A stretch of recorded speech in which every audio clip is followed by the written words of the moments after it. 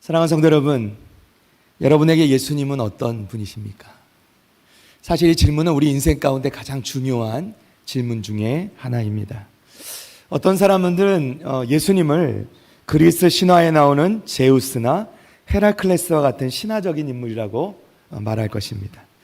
생각해보면 저도 어린아이 때는 그렇게 생각했던 것도 같습니다. 예수님의 이야기가 마치 사실이 아닌 것처럼 느껴졌기 때문이죠. 많은 사람들은 또 예수님을 이슬람교의 모하메드처럼 선지자라고 말하는 사람도 있을 겁니다. 또 어떤 사람들은 석가모니나 공자 같은 성인 중에 한 사람이라 이렇게 생각할 수도 있습니다. 그러나 성경은 예수님을 전능자이시며 알파와 오메가가 되시며 생명의 근원이시고 창조주이시며 영원한 왕이 되시고 우리의 목자가 되시고 우리의 구원자가 되시며 하나님의 아들이시라고 증거합니다. 예수님 당시의 사람들도 예수님이 어떤 분이신가 알기를 원했습니다. 누가복음 4장 16절입니다. 예수께서 그 자라나신 곳 나사렛에 이르사 안식일에 늘 하시던 대로 회당에 들어가사 성경을 읽으려고 서심해 선지자 이사야의 글을 드리거늘 책을 펴서 이렇게 기록된 데를 찾으시니 곧 이렇게 말씀합니다. 자, 예수님께서 고향 나사렛으로 가셨어요. 안식일이 되었습니다. 안식일이 되면 유대인들은 회당에 모입니다. 회당에 들어가셔서 예수님께서도 그곳에 가셨는데 유대 전통에 따라 책을 펴서 읽게 되었는데 바로 오늘 본문 말씀 이사야서 61장 말씀을 읽어 가시게 됩니다. 다시 누가복음 4장 18절과 19절 말씀 봅니다. 주의 성령이 내게 임하셨으니 이는 가난한 자에게 복음을 전하게 하시려고 내게 기름을 부으시고 나를 보내사 포로된 자에게 자유를 눈먼 자에게 다시 보게 함을 전파하며 눌린 자를 자유롭게 하고 주의 은혜의 해를 전파하게 하려 하심이라 하였더라. 아멘.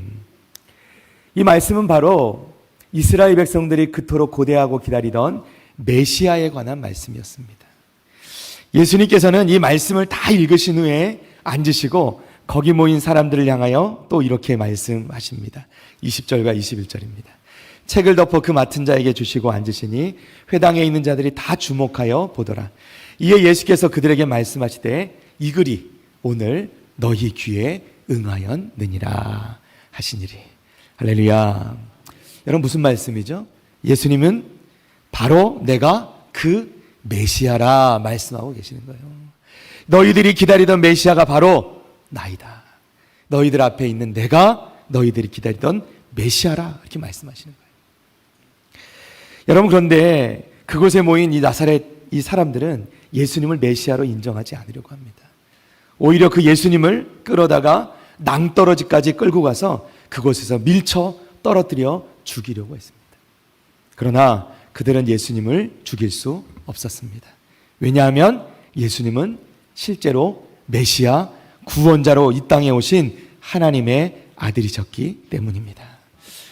이사야 선지자의 예언이 실제로 이루어진 것이기 때문에 그 누구도 예수님께서 이 땅에 맡겨진 그 사명을 다하시기까지 예수님을 죽일 수가 없었던 것입니다. 믿으시면 아멘. 자, 그러면 우리 오늘 본문 말씀으로 돌아와서 예수님께서 당신을 소개하셨던 이 이사야 선지자의 말씀을 통하여서 예수님은 어떤 분이신지를 좀 알아보고 함께 은혜를 나누고자 합니다. 첫 번째로 예수님은 복음을 선포하는 분이십니다. 오늘 본문의 1절의 상반절 말씀입니다. 우리 함께 읽어볼까요? 시작. 주 여호와의 영이 내게 내리셨으니 이는 여호와께서 내게 기름을 부으사 가난한 자에게 아름다운 소식을 전하게 하려 하심이라. 아멘. 제가 신학교에서 설교학을 공부할 때 교수님께서 세상의 어떤 목회자보다 바로 예수님께서 가장 탁월한 설교자이시다 이렇게 말씀을 하시더라고요. 저는 그렇게 배웠습니다. 그렇죠. 예수님보다 더 강력하게 그리고 더 분명하게 복음을 전하실 수 있는 분은 이 땅에 없는 것을 여러분 믿으시기를 바랍니다.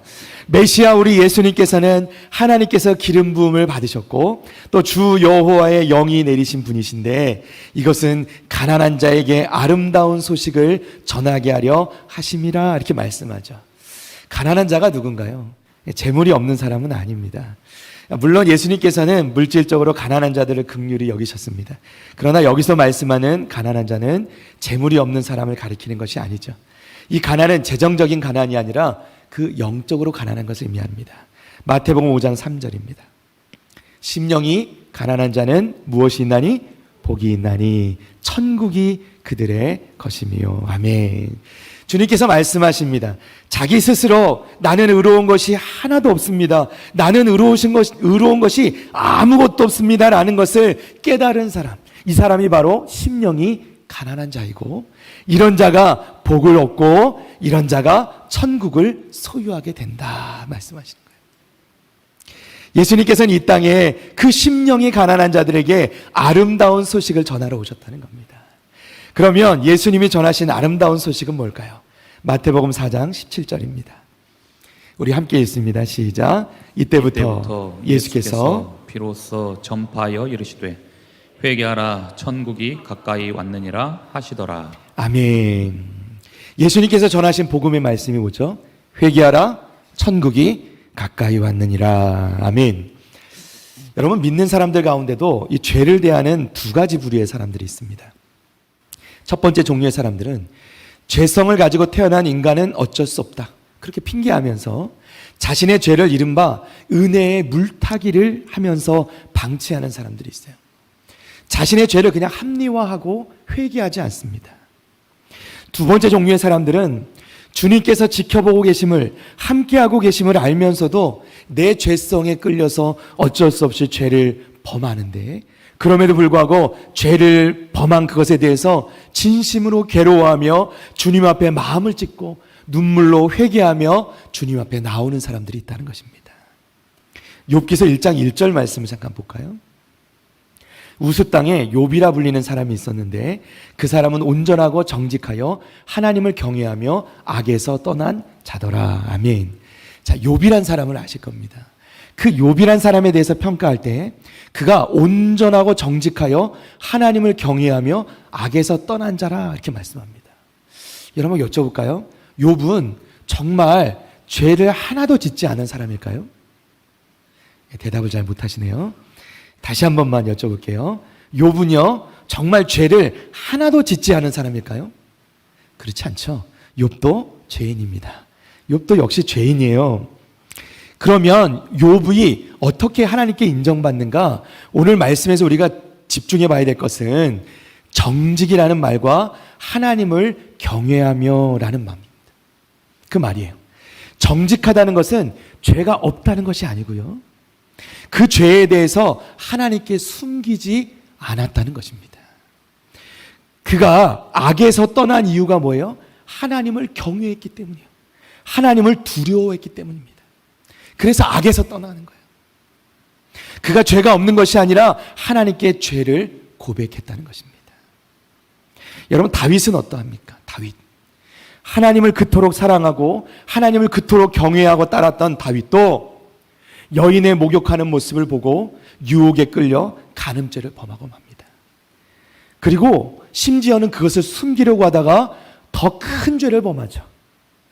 그 여인의 남편이 되는 자신의 부하였던 그 장군을 멀리 전쟁터에 보내서 죽이는 간접 살인죄를 범하고 맙니다. 여러분, 원래 죄라는 것은 숨기려고 할수록 그 힘이 더 강해지는 거예요. 죄는 드러내고 하나님 앞에 회개해야 그 힘을 잃게 되는 것을 여러분 믿으시기를 바랍니다. 그래서 여러분, 우리가 작은 죄라 할지라도 하나님 앞에 고백하는 게 중요해요. 하나님 앞에 드러내는 게 중요해요. 그래야 그 죄가 힘을 잃고 사라지게 되는 겁니다. 사랑하는 성도 여러분, 천국은 죄를 안 짓는 사람이 가는 곳이 아니라 회개한 영들이 가는 곳이에요. 이 땅에 사는 동안 그 누구도 죄를 짓지 않고 살아가는 사람은 없습니다. 여러분, 다윗도요, 그토록 큰 죄를 지었지만 자신의 죄를 깨달을 때 하나님 앞에 눈물로 간절히 회개하며 엎드렸을 때 하나님께서 그를 용서하시고 하나님 마음에 합한 자라 인정해 주신 줄로 믿습니다. 그러니까 중요한 건 우리가 돌이키는 거예요. 회개하는 것입니다. 회개가 필요하고 또 회개하는 자는 용서받을 수 있고 구원받을 수 있다는 것, 이것이 바로 복음이라는 것을 여러분 믿으시기를 바랍니다. 여러분, 사람이 어떻게 죄를 안 지을 수가 있습니까? 보혈의 은혜가 그래서 필요한 것 아닙니까? 그 많은 죄를 어떻게 다 꼬박꼬박 회개하며 살아갑니까? 가끔 빼먹을 수도 있는 거지. 이 정도는 그냥 넘어가도 되는 겁니다 라고 혹시 생각하는 분이 계시다면, 여러분, 그 생각을 당장 버리시기를 바랍니다. 왜냐하면 이런 생각에 그 마음의 밑바탕에는 적당히 육적인 죄의 속성과 타협해가면서 쉽게 구원을 받으려는 얄팍한 생각이 깔려있기 때문이에요. 이런 사람들은 죄성이 툭툭 튀어나와도 별스럽지 않게 생각해버려요. 그냥 넘어가 버립니다. 여러분, 이러면 회개가 되지가 않는 것이죠. 회개하라, 자기를 부인하라 이렇게 외치면 듣기 싫어하고, 왜곡된 믿음, 값싼 은혜만을 붙들고 늘어지는 거예요. 여러분, 진정한 회개를 경험한 사람은 오히려 작은 죄에도 예민해집니다. 민감해지는 거예요. 불의에 대해서 민감해지는 겁니다. 예민해지는 겁니다. 그러니 누가 시키지 않아도 날마다 주님 앞에 회개하지 않을 수가 없는 거죠. 자신의 죄를 고백하지 않을 수가 없는 거예요. 작은 것일지라도. 그러나 여러분, 이렇게 날마다 우리가 회개하고 하나님 앞에 우리 죄를 고백하면 이것이 우리를 얽매이느냐, 우리를 누르느냐, 그것이 아닙니다. 자, 우리 주님의 말씀을 들어볼까요? 요한복음 8장 31절 32절입니다. 그러므로 예수께서 자기를 믿은 유대인들에게 이르시되 너희가 내 말에 거하면 참으로 내 제자가 되고, 32절 우리 다 같이 한번 읽어볼까요? 시작. 진리를 알지니 진리가 너희를 자유롭게 하리라. 아멘. 할렐루야. 주님께서는 분명히 말씀하시는 거예요. 진리를 알면, 하나님의 말씀을 알면, 하나님의 그 뜻을 알면 그 진리가 우리를 자유롭게 할 것이다. 진리를 따르는 사람들은 오히려 진정한 자유를 누리게 되는 것을 여러분 믿으시기를 바랍니다. 그러니까 날마다 우리가 죄를 고백하면요, 그 죄 가운데서 우리가 진정한 자유함을 누리게 되는 거예요. 그게 하나님의 말씀입니다. 그런데 엉뚱하게 이 자유를 잘못된 곳에 쓰는 사람들도 있어요. 자, 베드로전서 2장 16절 말씀 봅니다. 너희는 자유가 있으나 그 자유로 악을 가리는 데 쓰지 말고 오직 하나님의 종과 같이 하라. 아멘. 어떤 사람은 믿고 구원받음으로 얻은 그 자유를 어디다 쓰냐면 내 악을 가리는 데 쓴다는 거예요. 그 죄를 숨기는 데 쓴다는 거예요. 그러지 말라는 겁니다. 또 갈라디아서 5장 13절입니다. 형제들아, 너희가 자유를 위하여 부르심을 입었으나 그러나 그 자유로 육체의 기회를 삼지 말고 오직 사랑으로 서로 종노릇하라. 아멘. 하나님께서 주신 이 죄에서 자유하게 하신 그 자유로 오히려 육체의 기회, 즉 죄를 짓는 데 사용하지 말라는 거예요. 오직 사랑으로 서로 종노릇하고 섬기는 일에 사용해라. 이게 하나님의 말씀이고 이것이 바로 진정한 그리스도인의 모습인 줄로 믿습니다. 최고의 설교자셨던 예수님께서 선포하신 말씀이 회개하라, 천국이 가까웠느니라 이렇게 말씀하셨어요. 우린 이것을 잊지 않고 다시 한번 기억하는 우리 성도들 되시기를 간절히 축원합니다. 두 번째로 우리 예수님은 어떤 분이십니까? 우리 예수님은 치료자가 되십니다. 오늘 본문 1절의 하반절 말씀입니다. 다 같이 읽어봅니다. 시작. 나를 보내사 마음이 상한 자를 고치며 포로된 자에게 자유를, 갇힌 자에게 노임을 선포하며. 아멘. 육신의 상처를 치료하기 위해 누가 필요하죠? 의사가 필요합니다. 저는 개인적으로 감사하더라고요. 이 말씀을 준비하면서 이렇게 우리가 몸이 아플 때 갈 수 있는 병원이 가까운 곳에 있고 또 우리를 치료해 줄 수 있는 의사가 있다는 것에 감사하더라고요. 근데 여러분, 우리의 육신의 상처를 치료하기 위해 의사가 필요하듯이 우리의 마음의 상처 또는 우리의 심령의 상처가 있을 때 우리 예수님께서 우리를 치료하시는 것을 여러분 믿으시기를 바랍니다. 그냥 감정적이고 정서적인 치료로 되는 게 아니고요. 그 치료에는 한계가 있죠. 우리 예수님께서 고쳐주실 때만이 우리는 온전해질 수 있다는 것 여러분 꼭 기억하시기를 바랍니다. 자, 사도행전 10장 38절 말씀입니다. 하나님이 나사렛 예수에게 성령과 능력을 기름 붓듯 하셨음에 그가 두루 다니시며 선한 일을 행하시고 마귀에게 눌린 모든 사람을 고치셨으니 이는 하나님이 함께 하셨습니다. 아멘. 여러분, 정말로 하나님께서 우리를 치료해 주시는데 그 육신의 병을 치료해 주실 뿐만 아니라 근데 그 육신의 병을 치료할 때도 마찬가지로요. 그 육신의 병을 치료할 때는 의사분이 치료하지만 그것을 궁극적으로 낫게 하시는 분은 하나님이신 것을 여러분 또 믿으시기를 바랍니다. 여러분, 그래서 우리가 아플 때 병원에 입원하지만 그럼에도 불구하고 병 낫기를 위해서 기도하는 것이죠.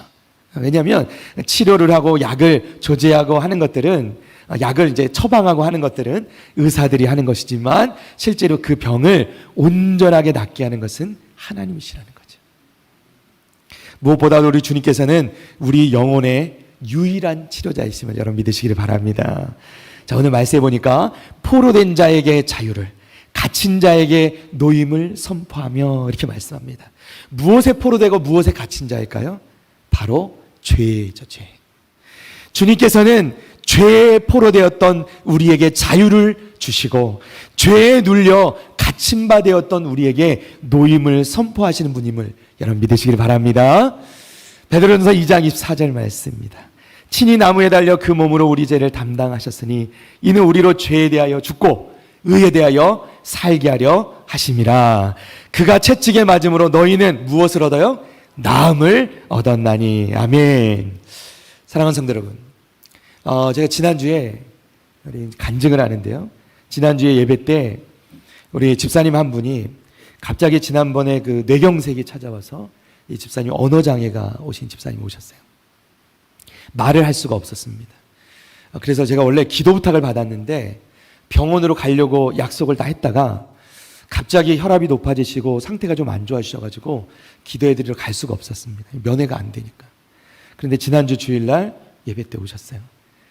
정말 목사님 이렇게 말이 나오지가 않았어요. 그런데 예배하고 예배를 드리는 동안에 그 입이 열리고 그 집사님이 나가시면서 제가 인사를 하실 때 목사님 저를 위해서 기도해 주십시오. 그 집사님 붙들고 제가 기도를 해드렸어요. 얼마나 참 감사하던지요. 여러분, 지금도 우리 예수님께서, 우리 성령 하나님께서 역사하셔서 치유하시고 치료하시고 회복되는 역사가 지금도 일어나고 있는 것을 여러분 믿으시기를 바랍니다. 주님께서 우리의 치료자가 되십니다. 주님께서 우리의 영적인 또 육체적인 정서적인 모든 것을 치료하시는 치료자가 되십니다. 그래서 우리 주님을 믿고 신뢰하며 나오는 모든 사람들은 그저 단순한 치료가 아니라 영원한 치유를 받고 누리게 되는 것을 여러분 믿으시기를 바랍니다. 사랑하는 성도 여러분, 우리는 어쩔 수 없이 상처뿐인 세상에 살아갑니다. 사람들은 살아가면서 서로에게 상처를 주고 받습니다. 그러나 우리 주님께서는 우리의 치료자가 되시며 위로자가 되십니다. 진정한 치료자가 되시는 우리 주님만 의지하며 나가는 우리 성도들 다 되시기를 바랍니다. 마지막 세 번째로, 우리 예수님은 은혜의 해를 선포하시는 분이십니다. 우리 따라서 한번 해볼까요? 은혜의 해. 다시 한번, 은혜의 해. 자, 은혜의 해라고 할 때 이 해라는 것은 이 연을 의미하는 거죠. 1년을 의미하는 거죠. 오늘 본문의 2절 말씀, 상반절 말씀을 좀 보겠습니다. 우리 함께 읽어볼까요? 시작. 여호와의 은혜의 해와 우리 하나님의 보복의 날을 선포하여. 아멘. 여러분, 유대인들에게 있어서 여호와의 은혜의 해라 이렇게 말씀할 때는요, 레위기 25장에 나오는 희년을 의미하는 겁니다. 희년이 뭐냐면 레위기서 25장 10절입니다. 자, 너희는 50년째 해를 거룩하게 하여 그 땅에 있는 모든 주민을 위하여 자유를 공포하라. 이 해는 너희에게 희년이니 너희는 각각 자기의 소유지로 돌아가며 각각 자기의 가족에게로 돌아갈지며. 아멘. 자, 희년이 뭐냐면요, 하나님께서 정하신 해인데 50년째 해를 정해놓고 이 희년이 되면 이스라엘 땅이요 전체로 다 한마디로 모든 것이 다 초기화가 되는 겁니다. 희년이 되면요 모든 빚이 탕감됩니다. 그 빚이 얼마나 큰 액수이든 상관없습니다. 누구에게 그 빚을 졌든지 간에 이 희년이 도래하면, 50년째 되는 이 희년이 도래하면 그 모든 빚이 다 탕감이 되어지는 겁니다. 여러분, 개인적으로도 빚이 있으신 분들이 계시죠? 예, 그 빚이 다 탕감된다는 거예요. 상상만 해도 너무 좋으시죠? 여러분, 희년에 그런 일이 일어난다는 거예요. 그리고 모든 노예는 자유로워집니다.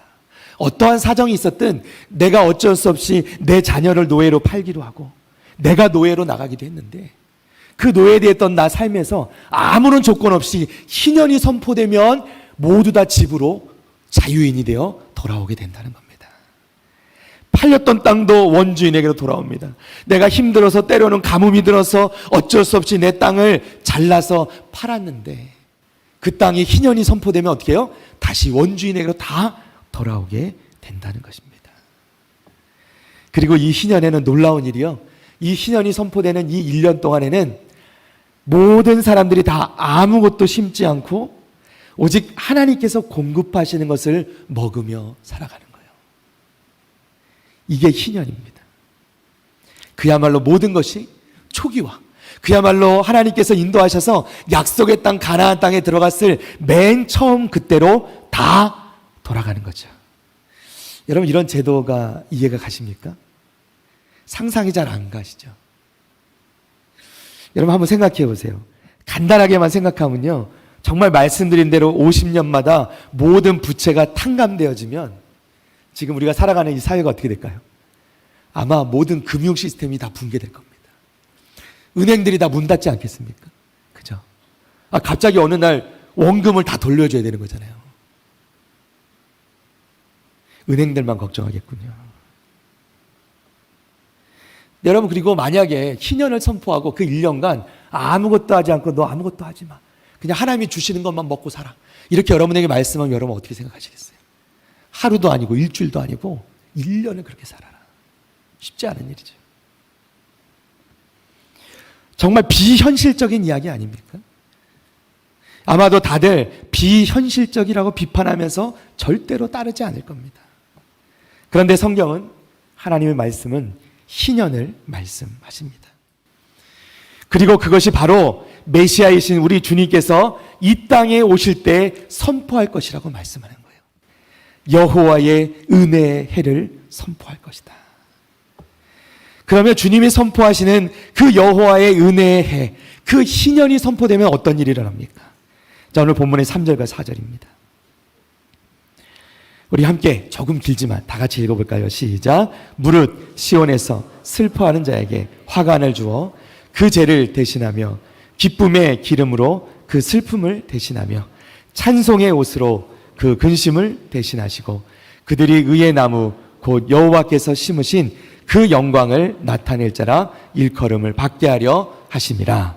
그들은 오래 황폐하였던 곳을 다시 쌓을 것이며 옛부터 무너진 곳을 다시 일으킬 것이며 황폐한 성읍 곧 대대로 무너져 있던 것들을 중수할 것이며. 아멘. 할렐루야. 메시아 우리 주님께서 이 땅에 희년을 선포할 때 슬픔은 기쁨으로 바뀔 것이고 근심은 찬송으로 바뀔 것이며 오래 황폐하였던 곳은 다시 쌓아지고 옛부터 무너졌던 곳은 다시 일으켜지고 대대로 무너졌던 그곳은 다시 세움을 받게 될 것이다. 믿으시면 아멘. 예수님께서 이 땅에 오실 때 이러한 일이 일어난다 말씀하세요. 그러면 예수님께서 오실 때 정말 이런 일이 일어났을까요? 예, 일어났죠. 여러분, 세례 요한도요, 맨 처음에 예수님에 대해서 의심할 때가 있었습니다. 세례 요한, 사람이 난 자 중에 가장 큰 자라 칭찬받았던 세례 요한도 의심을 했어요. 자, 마태복음 11장입니다. 2절과 3절입니다. 요한이 옥에서 그리스도께서 하신 일을 듣고 제자들을 보내어 예수께 여짜오되 오실 그이가 당신이오니까 우리가 다른 일을 기다리오리까. 세례 요한이 묻는 거예요. 예수님, 메시아 맞으십니까? 우리에게 말씀하신 그분이 맞으십니까? 아니면 다른 분이 또 오시는 겁니까? 이렇게 묻는 거예요. 이렇게 의심해서 묻는 세례 요한에게 예수님께서 이렇게 답하십니다. 마태복음 11장 4절과 5절입니다.